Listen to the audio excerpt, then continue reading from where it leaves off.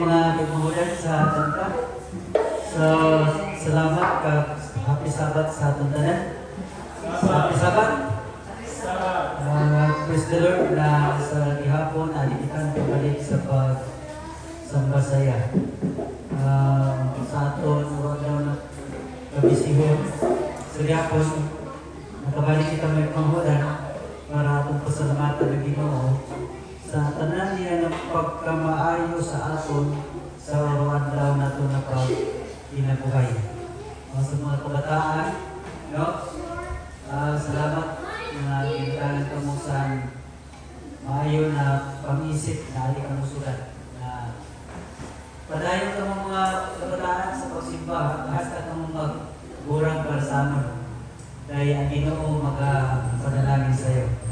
Bago kita magmamudan, magkato sa aton visit sa dinagabi, aton po ang iyong kamo sa pagdupo, pagsamantala ang aton mga ulo para sa aton alipot na pagkampo. Ama namon nga banal at puno sa kapangyarihan sa lipong magabi, amon na Diyos, ikaw ginapasalamatan, na imo kami Diyos iniwas dahil sa mga sakit at sa mga dili maayong panghitabo, sa mga kalautan, ikaw Diyos nandito sa amon. Kagabay, ikaw mag-aupo sa amon sugad, mag-apre sa mga isipan at puso na amon Diyos, ini na mga mensahe amon ini pagkabalunan basta kami makasugat nila sa imo.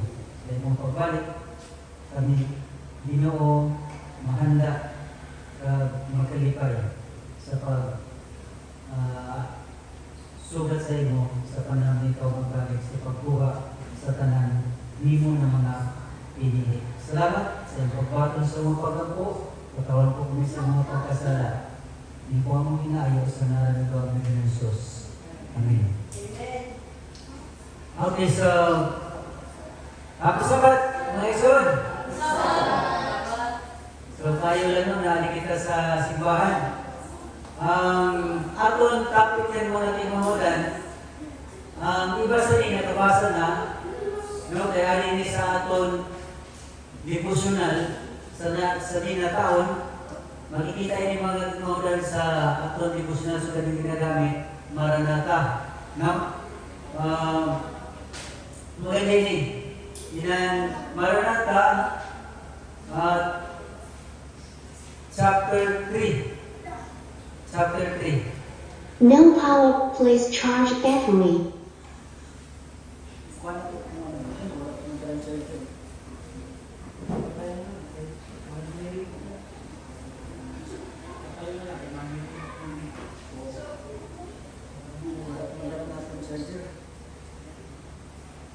No power, please.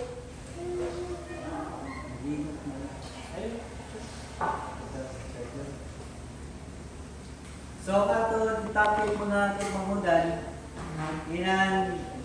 sabi niya ang title, Satan's Groundwork for the Final Conflict.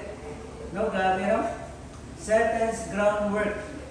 Ang trabaho ni Satanas sa maabot sa nina katapusan na away naton sa aton mga relasyon sa Ginoo, sa aton pagtuod. Now, aton text makikita sa Daniel 7:25. Daniel 7:25, it says, He shall speak words against the Most High, and shall wear out the sins of the Most High, and he shall think to change the times and the law, and they shall be given into his hands until a time and times and half a time. No?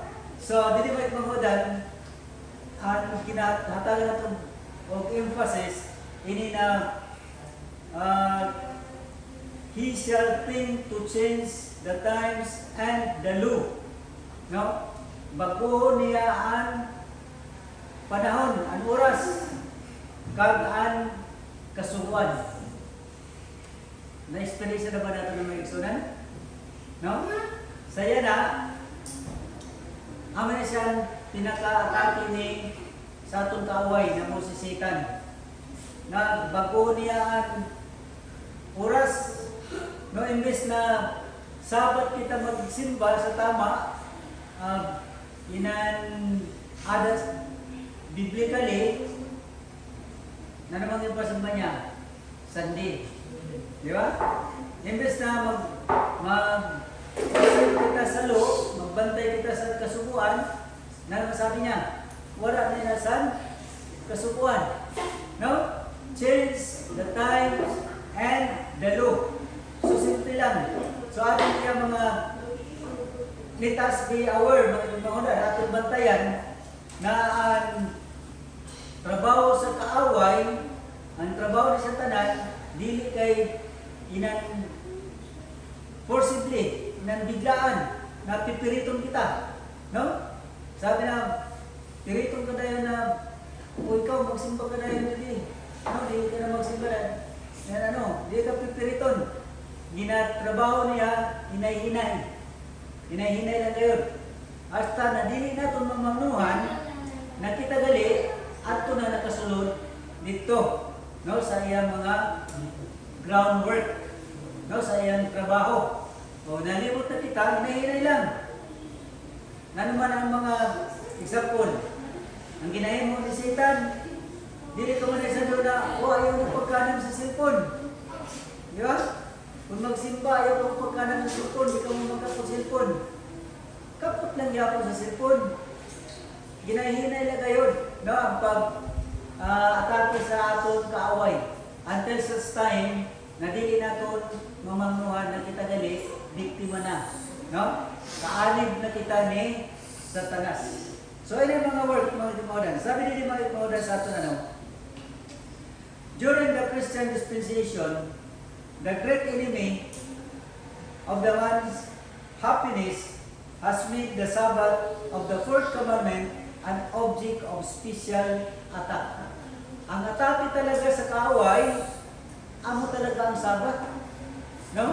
Ang Sabbath keeper. Kaya ang inan, dili nagakip sa Sabbath, dili nila na-atakihon sa kaaway. Kaya naman, kaanib na ninda, kaupo na ninda, kaupo na ni Satanas. Dili na magsabi siya na, atakiw ba niya? Magsimba ka sa ibang adlaw? Magsimba ka sa ibulang gusto? Dili ka na, atakiw na Satanas, ayaw nila, dili ka na, bawalan niya. Kaya naman, ada ka naman nila sa sulod.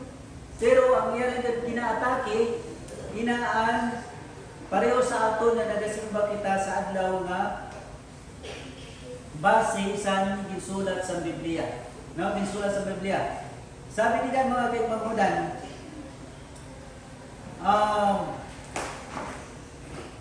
the Sabbath, the fourth commandment, an object of special attack. Amo talaga aatake ni Satan.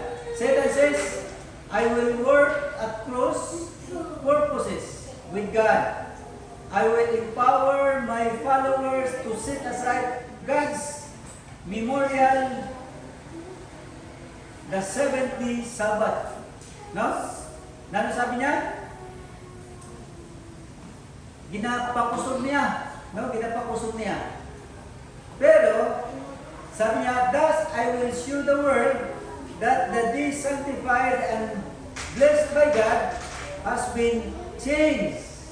No, di ba, ang sabi sa Genesis, ang Sabbath, God blessed the Sabbath day, He rested during Sabbath day and sanctified. Tulo ng mga bagay ang ginhimo sa mga Diyos during Sabbath. No, hindi lang, nag-rest siya, gin-bless niya, kag iya gin-sanctified. So, amo talaga atake may magmuda daw. God, ang atake niya Satan, instead na mag-worship ang tao during Sabbath day, gin-change niya. Di naman sila nag-worship. No? The first day of the week, Sunday. Kaya nga nitong last na Friday, sa aton vacation Bible School, sa aton closing, may usa dito nagsabi, o nano ang hatag sa Ginoo nga dapat kamo dito magsimba. O nano ang adlaw na the seventh day, nanong ikapitong adlaw. May usa dito na bata na Sunday, ma'am. O, Sunday. Kaya nag-start siya nag-count, Lunes. Lunes mo nag-start ang klase. No? Pero kung atong susugod, ang tama ngayon, maski makita kita sa diksyonaryo, kag atong kita sa biblically, no, sa Bible, ang tuna guys sa pag-count sa adlaw, Sunday. No, Sunday gayon. Then ang seventh day, amo gaya the Sabbath day is the seventh day of the week. No, amo na siya. So mga kabataan, ang attack sa kaaway dili niyo kayo ginapabatsyag sa iya. No? Dili kayo ginapabatsyag. Minsan sige kitang simba sa adlaw ipapahulay. Pero ang atong ginahimo harayo. Ang atong mga isip wala susunod sa simbahan. No? Kaya bantayan natin na kaya amoy na siya ang atake sa kaaway. No? Ginalito kita niya. No? Gina-change niya ang atong mga kaisipan. Na imbes na atong i-focus ang atong mga isip sa mga Diyos, ang atong isip ato na sa atong mga hirimuon, ang atong mga cellphone, no? Kung ano na bilin sa aton, amo nang ginabutang niya. So, sabi niya, then I will show the world that the day sanctified and blessed by God has been changed. No? Babakuhon niya. Babakuhon sa Ginoo. Imbes na tama ang susunodon, the Sabbath day is the time of worship, ginalihis niya ang ato mga isip. No? Ginalihis. Kaya kadamuan mga kaigmangudan sa mga katawan sugat, at tugad sa first day, sa Sunday sinda nagasimba. Kaya amo man na ang gintuklo ni Satanas. Di ba? Amo nang gintuklo ni Satanas. Na dito kamo kay ang Sabat, dili na siya ang tama. Dili na siya ang tama. Amo na ang Satanas na katukluan. Pero ang sabi niya, kaya amo na sabi niya, itong din-blessed sa Ginoo, kag din pagkamaayo na adlaw sa magsimba, ginbag ko niya. So that day shall not live in the minds of the people. Sabi niya, I will obliterate the memory of it. No? Waraon niya ang atong mga inan kaisipan. Ay man ang atong isip, pag Sabat, magsimba lang minsan, wala nila ang atong isip. Ano? Sabi niya, that day shall not live in the minds of the people. I will obliterate the memory of it. Sabi niya, I will place in its state a day that does not bear the credential of God. No? So, sabi niya, ibubutang niya sa aton mga kaisipan. Ibubutang sa mga Diyos sa mga kaisipan na ina na adlaw ipapahulay, dili na kita magsimba. Ang inda si Satan, gina-institute talaga niya na Sunday ang iya ipasimba. Ginlihis mga mahudan ang atong mga isip. No? So,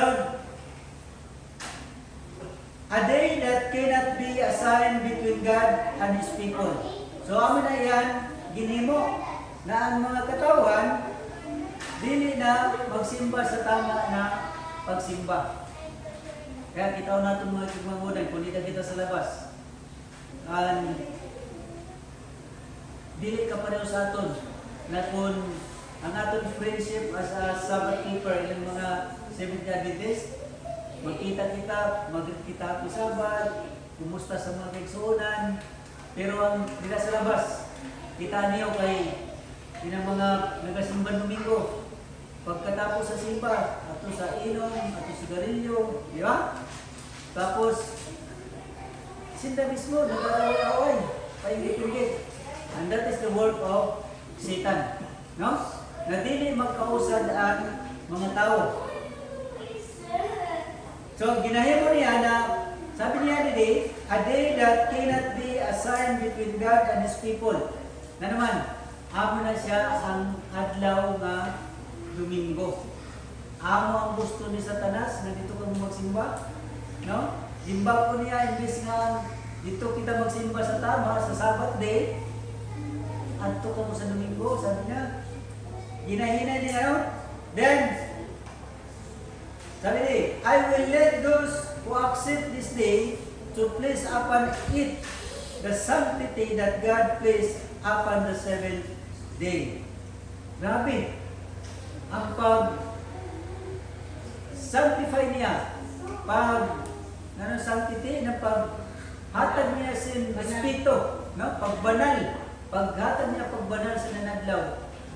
Domingo talaga, sabi niya. Kaya pag kadamuhan sa mga kaigsunan nato ng mga kamiguan, kadamuhan Domingo na sila kay kao na ninda mo ni Santa mo pagsimba. Kaya naman, kay dili nagabasa, dili ninda aram ang kasuratan. Kaya sabi sa kasuratan, nangkasala kita, nagkamali kita, kay dili kita nagbasa sa Bible. Matthew chapter 5:29. No? So, dili kita nagbasa sa Bible. Pero kung nagbasa kita, ginisip-isip ko gaya naman tayo mamudan, sabi ko, laki no kung wala kita nagbasa, dili kita makaintindi sa wala natin yun nato na kikita kung nanong diferensya nato kabilang sa kalimutan kung wala kita nagbasa. So, praise the Lord na ginatawag niya sa time na wisdom na nakabasa kita sa banal kasuratan, kaglalo nga sa mga writings ni Sister White. No? Kaganda na gihimo kita niya na handa, gin-aware niya natin mga sadiri para sa pagbalik sa Ginoo, dili kita mga ngarap. Sino nakabati sa tunlas the other day sa dalugdog na kusog-kusog? O dalaga siya mo, tarago ka mo, di ba? Kusog. O, na naman, hadlok ka mo, kaya naman, nanukayalo ka mo, kaya din nyo aram. Pero nakaram din hadlok sa to. Kaya mga signs na inasan, kinapa na mga api kinawag kang Ginoo. Dili kita madlok, kaya dili pa ito ang katapusan. Mas iba pa nila sin makusog pa kayo. Sabi, sinong gagamiton ni Satanas, dito sa kalibutan, para tunaw ang adlaw ipapahulay, talagang ang man siya niya atake, ang object niya sa attack niya na talagang wawara ko talaga. Wawara gusto niya, mawawara. Nasabi niya, through my vicegerent, I will exalt myself. No? Vicegerent, yun ang mga administrative authorities. Kita, sino mang ginagamit yan? Charge me. Charge me. Charge me. Satanas. Gusto sabihin, vicegerent ng mga deputy. Ginadeputize niya ang mga leaders naton. No? Mga leaders. Mga political leaders. Kita, mga political leaders naton. Amo na siya ang gingamit ni Satanas na hinay-hinay. No? Hinay-hinay. Kita na sa school natin yan. Maski sa eskwelahan na itong mga leader, na gusto nila wala na talaga sa Sabado. Na wala na makasimba sa adlaw ipapahulay. Kaya naman, hintaganin ang trabaho. Sa una, ang first day of service sa mga teacher, Sunday lang. Di ba? Sunday or Iroksina lang, pero pag yan na, sagasa na ang Sabado. May klase na halig Monday to Saturday. Sagasa, makasimba pa kamo sila? Mga bata? Nang gusto ninyo pumasa? Pagkabot sa Sabado, wala ka mong attendance, wala ka mong wala ka mong mga quizzes kung anong mga exam nila kay Sabado. Isipon nyo, makapasa ka mo sana? Dili. Kaya, nanong imuhan sa mga kabataan, mga estudyante, eskwela maski Sabado. And that is the strategy, no? Papaagis ang kaaway na talagang mapapanas ang adlaw ni papahulay. No? So grabe. Through his vicegerent, mga deputies, mga minsan pa kani mga teachers naton na dili naton kaupod sa pagtuod. Talagang grabe di ka magsunod sa Sabado, bagsak ka. Ha? Ibabagsak ka. Kay na naman, di inamangit mamudan din niyo araw ina. Kaya yan ha, gusto ko na maraman niyo na they are Satan's deputized them, no? Na talagang mawawara ang magsimba sa adlaw ni papahulay. Sa tama na pagsamba, no? Sa tama ngayon. Base sa banal na kasuratan. So inan magsimba na kita, magpili na kita sa adlaw na kung gusto, dili na kagustuhan sa mahal na Diyos. No? Dili kagustuhan sa mahal na Diyos. Sanya, the first day will be extolled. Sino sabi? Ang first day, ang ipataasan ni Satanas. And the Protestant world will receive this spurious Sabbath as genuine. Spurious Sabbath, ang Sunday. Kaya ang Sunday, amo na pangimo ni Dado po Paulay. No? So, ginbalyo, imbes na sa tama kita, base sa Biblia na itong pagsunod, ginbalyo sa kaway, ni Satan. Instead na Sabbath, Saturday, ginbalyo niya sa first day, Sunday. O, dito na kamo magsimba. O, look at observe. Kadamuan sa nagasimba, mga Catholic and other Protestant, no, ng mga churches. Sunday kat sila, dili sila dili was sila ma-aware na inagali that is an attack of Satan, no? So, sabi din,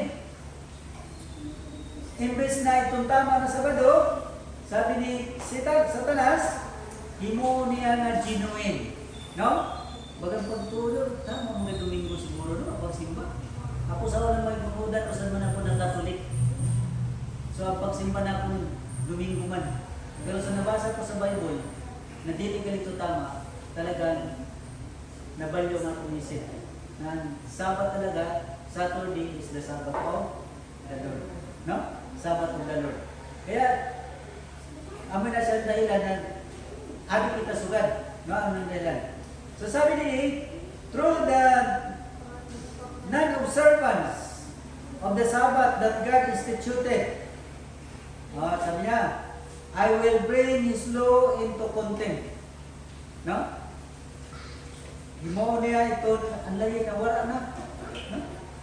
Contempt, bagan mali na. No? Bagan mali. Mali na ang lahi. Dili na nila ginatuudan. So the words assigned between me and words nila sa tingkaman sa niya, words assigned between me and you throughout your generations. I will make to serve on the side of my Sabbath. Grabe. Dito na niya ipaserve dito sa iyang Sabbath na ginimo na amo ang first day of the week. Thus the word will become mine. Sabi niya, ni Satanas, ano na mangyari na ang bilog ng kinaban sa ako na ina? No? Kita nyo, grabe. Kung kita tanan, mabalyo kita sa Domingo, di naman kita. At ito na nila kita kay Satanas. No? Ginclaim talaga niya. Amo na siya ang mga paagi na ang kinaban sa akon. Mapakadi sa akon. I will be the ruler of the earth. Amin na sabi niya, the prince of the world. I will so control the minds under my power, that God's Sabbath shall be a special object of contempt. No? Grabe. Ang matuod na lugod na ipapahulay na din ang mga tao taning magsamba gayon, mali nga lugod ina sa aton. Gina-divert niya ang atong mga kaisipan na mali na, ay dili na matuod ang dili Saturday ang Sabbath, no? Hindi issue talaga, ang issue mga imahudan sa aton na pagtuod, duha lang kayo, inalagang Sabat at Sunday. No? The seventh day. Kaya mo man sabi, remember, sabi sa kasulatan, Exodus 20 verse 8, remember the Sabbath day to keep it holy. No? Nano may na ang Sabbath day?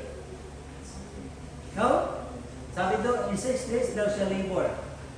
Sa unang adlaw, magtrabaho ka. But the seventh day is the Sabbath of the Lord, your God. Sabbath of the Lord, your God. So na naman, seventh day. So di na naton itaon sa adlaw. Kung ano ang first day, ano ang second day, third day, hanggang seventh day. So, it so happened na ang seventh day, Saturday. And that is the Sabbath of the Lord. Na ang Ginoo, dapat kita magsimba. So, aside, I will make the observance of the seventh day a sign of disloyalty to the authorities of the earth. Grabe. Imbes na amo na siya ang sign na maging loyal kita sa Ginoo, i-divert talaga niya, ay dili na amo. Na ang tao, dili lang ngayon magsunod. Now, disloyalty to the authorities of the earth. Human laws will be made so stringent that men and women will not dare to observe the seventh day Sabbath. Ay grabe. Ato din na mga kaibangudan bantayan na dili kita madara na aton panindigan na the seventh day, the Sabbath of the Lord is Saturday. No? Saturday. Atong ganang butang sa aton kaisipan. For fear of wanting food and clothing, he will join with the world in transgressing God's law. Grabe na? Kahadlo kita sa atong mga ginahimo ni Satanas na mawaran kita pagkaon, mawaran kitang bado, mawaran kitang panggastos. Naman, kaya para dili kita magasalan kita, ay dili ako masimba nito sa kada Sabado kay buto man. No? Wala akong kaon pa, wala akong pagkaon. Then, pag Sabado, dili ko ito trabaho, mismo trabaho, may work ako sa Sabado. May trabaho ako dito sa kundiin, sa Sabado. Kung magsimba, kung wala na akong trabaho. Tapos mahadlok na kita. Daka, mahali ako sa akong trabaho. No? Basi, hahaliw na ako sa trabaho, kaya hindi ako nagsulot. Absent ako pero sa Sabado. So, ayun sila ato na isip. Hinay-hinay na ginatwist sa kaaway ni Satanas ang atong mga kaisipan. Na mawala talaga ang aton focus sa pagsimba dito sa mga Diyos. No? Sana, because of fear of wanting food, no? Mga pagkaon, clothing, so they will join the world in transgressing God's law. Oh. Dili na kita makasimba. Mag-join na dito. Imbes na mga rita, Sabado, kung simba kita kay Sabbath of the Lord, the rest day, and God bless that day and sanctified, dito na kita sa Sunday. Kaya naman, kaya kung Sabado dili kita magtrabaho, wala kitang kaunon. No? Wala kitang kaunon. Oh. So naman, dili ka na magsimba kay naman. Kaya wala kang kaunon kung dili ka magtrabaho. But remember mga kaipangudan, ang mga Diyos, dili na kulang. No, dili na kulang. Sabi yan, ang pangako sa Ginoo, ayaw pagkadlok. No, ayaw pagkadlok. I will be with you till the end of the earth. No? Hasta sa katapusan sa kinapan, kung maging matinudanan kita, magsunod sa mga Diyos, ang Ginoo dili magpabaya sa aton. Okay, so the earth will be wholly under my dominion. No, grabe. Dapat maging aware kita may mamudan na ginagali amo na atake sa kaaway para mawala ang adlaw ng papahulay, mawala po na simba sa adlaw sa Sabado, kay para ang kalibutan ng pasaya ni Satanas, no? Siya nagkatanan ang magbalik. So, sabi lang, the Sabbath will be the great test of loyalty. Great test of loyalty. Kung loyal kita sa Ginoo, naman, mastan kita na magsimba kita sa Sabbath, during Sabbath day. No? Pero kung dili kita loyal, kato kita sa first day, sa Sunday. So, the Sabbath will be the great test of loyalty, for it is the point of truth, especially controverted. When the final test shall be brought to bear upon men, then that line of distinction will be drawn between those who serve God and those who serve Him not. No? So, amin na mga kaibamudan, na atong bantayan, no? Nga ang adlaw ipapahulay, minsan ginatwist sa kaway para maging may kita na disloyal, din kita maging loyal sa aton mga na Diyos. No? Amo na siyang bantayan natin na kailangan natin magmamulan na mag-aram ba kita, no? Kaya kung para sa una sa akon na katulik pa po ako naroon sa dili ko aware kung anong mangyari sa buhay ko, dili ko aware kung anong mangyari sa ginaban. Pero yan ang may panghudan, naging aware kita na pero galing sa no? Kung naton kita naton buhay sugad sa present naton na buhay na kita nag-serve sa Ginoo, kag sa tun sa una na dili kita nag-serve sa Ginoo, wala ko kita siton kamuang-muang sa panahon, no? Wala kitang kamuang sa tunay na panahon. Na ang pag-serve kayo sa Ginoo mas mahalaga kaysa sadto ng mga bagay sa mundo. So another attack of Satan sa mga kabataan, inan pagkaon, no? Indulgence to appetite. Gutom man ay, kaon lang kung mas kikuan ay, mas gutom man, no? Amo na permi. Permi ka gutomon, pag-gutomon ka ganun sa tanas permi. Kaya naman, kaya pagkaon ka sa ito sa mga gimbawal niya. Eh gutom man ay, mas gimbawal nila, kaon mo na lang ay, no? Amo ka na siya nakatapis ang kaway. Indulgence to appetite. Ang mga bata yan, kita ka, look at our community. Magkala ka sa mga streets na, ayan na kami, maglibot ka. Sa kaganda, sige. Kita mo, naman ako mga street foods, no? Mas kikindi, hindi ko sa mga tinda-tinda.